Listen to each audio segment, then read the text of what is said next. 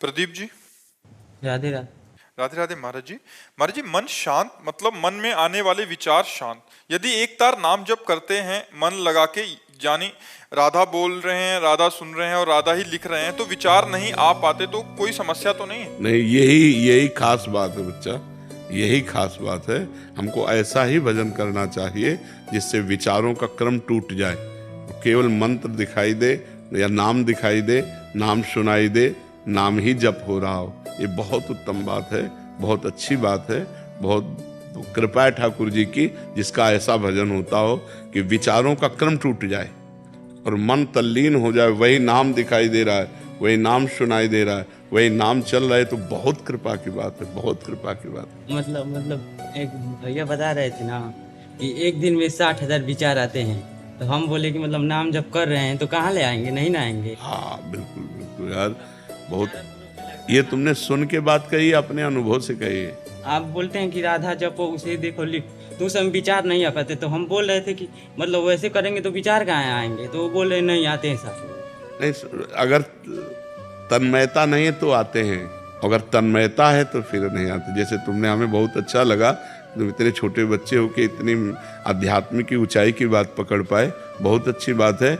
जो तन्मयता पूर्वक भजन करता है उसको नहीं आते, और जो चंचलता बनी रहती है तब फिर वो आते रहते हैं। विचारों को काटते लगातार नाम जप करते। हाँ, विचारों को पढ़ाई कर रहे हैं तो मतलब मन लगा के विचारों को आने के समय ना दे, जब खाली रहे तो फिर। हाँ, अगर अंतराय बना रहेगा उसमें विचार आ जाएंगे, और अगर तदात्मता बनी रही, निरंतरता बनी रही, तो विचार आने में फिर कठिनता होगी, तो वो मन लग जाएगा नाम में। मतलब विचारों को रोक दे, राधा नाम जपे पढ़ाई। हाँ, पढ़ाई करें, बिल्कुल, बहुत सुंदर बात, बहुत सुंदर बात। अक्षय जी जम्मू से। राधे राधे गुरु जी। महाराज जी, मैं छोटे बच्चों एवं लोगों को जब बिना पादुकाओं के चलते देखती हूँ तो उन्हें गर्मी से बचने के लिए पादुकाओं प्रदान करने का प्रयास करती हूँ। महाराज जी, इनका ये कहना कि बट कुछ लोग कहते हैं कि खान पान की सामग्रियां ही प्रदान करनी चाहिए, क्योंकि हम देंगे तो आगे हमें वो प्रदान करेंगे। नहीं नहीं, ऐसा उसमें नहीं, तो जूता दोगे तो जूता ही मिलेगा। देखो, उसमें आपका मुख्य प्रधान भाव हुआ कि उसको ताप न लग जाए, उसको कंकड़ न लग जाए, उसको कांटा न चुभ जाए। तो ये जो आपको सुख देने की भावना है वो पलट कर आपके हृदय में आएगी। आपके हृदय में ताप न लग जाए, कोई ऐसी बात आपको न कहे जिससे आपका हृदय दुखित हो जाए, वो भगवान आपको इतना सुख देगा, इतनी सामर्थ्य देगा। अगर ऐसा केवल हो कि जिसने जूता दिया उसे जूते मिलेगा, तो जिसने छाता दिया उसे छाता ही मिलेगा, ऐसा नहीं है। उसका भाव है, उसका भाव है, भाव का फल होता है, जूता का फल नहीं हुआ, उसमें भाव हुआ कि छोटे छोटे बच्चे हैं, ये गरीब लोग हैं, इनके पैरों में ताप लगेगा, कंकड़ चुभेगा, पादुका होगी तो इनको सुख मिलेगा। तो उनके सुख के लिए जो आपने भावना की वही पलट कर आपको सुख प्रदान करेगा। हम जो दूसरे को दुख देना चाहते हैं उसे दुख मिले ना मिले, हमारा हृदय पहले ही जलने लगता है, और जब हम किसी को सुख देना चाहते हैं तो हमारा हृदय पहले सुखी होने लगता है। देखो, एक शीतलता आएगी, एक आनंद आएगा।